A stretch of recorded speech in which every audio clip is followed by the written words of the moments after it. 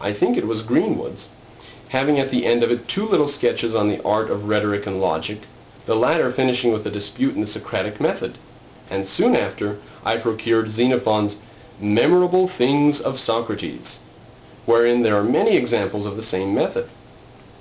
I was charmed with it. I adopted it. I dropped my abrupt contradiction and positive argumentation, and put on the humble inquirer. So we skipped a part where he rambles a bit about him and his friend, and how he used to have the idea you gotta give your argument forcefully and tell the other person they're wrong and all that. And then he got the idea that you should just be easy, lay back, keep your temper, and become, as he says, the peaceful inquirer, the humble inquirer, pardon me. And being then, from reading Shaftesbury and Collins, made a doubter, as I already was in many points of our religious doctrines, I found this method the safest for myself, and very embarrassing to those against whom I used it. Therefore I took delight in it, practiced it continually, and grew very artful and expert in drawing people, even of superior knowledge, into concessions, the consequence of which they did not foresee, entangling them in difficulties out of which they could not extricate themselves, and so obtaining victories that neither myself nor my cause always deserved.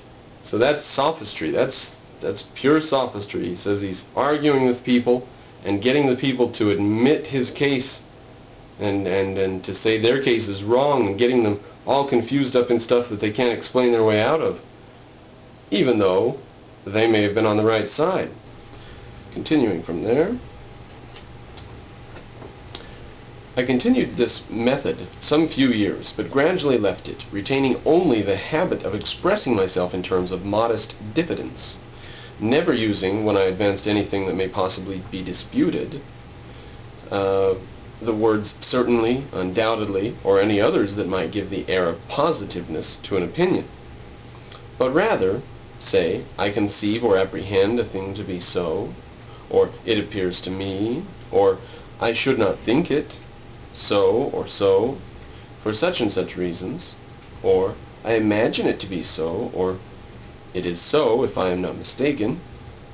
This habit, I believe, has been of great advantage to me when I have occasion to inculcate my opinions and persuade men into measures that I have from time to time engaged in promoting. And now he gives a quote from Alexander Pope, the poet, and he says, Pope judiciously observes, quote, Men must be taught as if you taught them not, and things unknown proposed as things forgot. Men must be taught as if you taught them not, and things unknown proposed as things forgot. Just bring them up, mention them. In other words, didacticism almost never works. The person has to be self-motivated for the purpose if a didactic lecture gets everything into them. My brother had in 1720 or 1721 begun to print a newspaper. It was the second that appeared in America and was called the New England Courant. The only one before it was the Boston Newsletter. I remember his being dissuaded by some of his friends from the undertaking as not likely to succeed, one newspaper being in their judgment enough for America. At this time, 1771, there are not less than 25. So definitely that's about 50 years later. Now it says his brother's friends would sometimes write for the paper. He would get them to do little pieces sometimes. But, quote, my brother would object to printing anything of mine in his paper if he knew it to be mine. I contrived to disguise my hand, and writing an anonymous paper, I put it at night under the door of the printing house. It was found in the morning and communicated to his writing friends when they called it in as usual. They read it, commented on it in my hearing, and I had the exquisite pleasure of finding it met with their approbation, and that, in their different guesses at the author, none were named but the men of some character among us for learning and ingenuity. I suppose that I was rather lucky in my judges, and that they were not really so good as I then believed them to be. Encouraged, however, by this attempt, I wrote and sent in the same way to the press several other pieces that were equally approved, and I kept my secret till all found of sense for such performances was exhausted.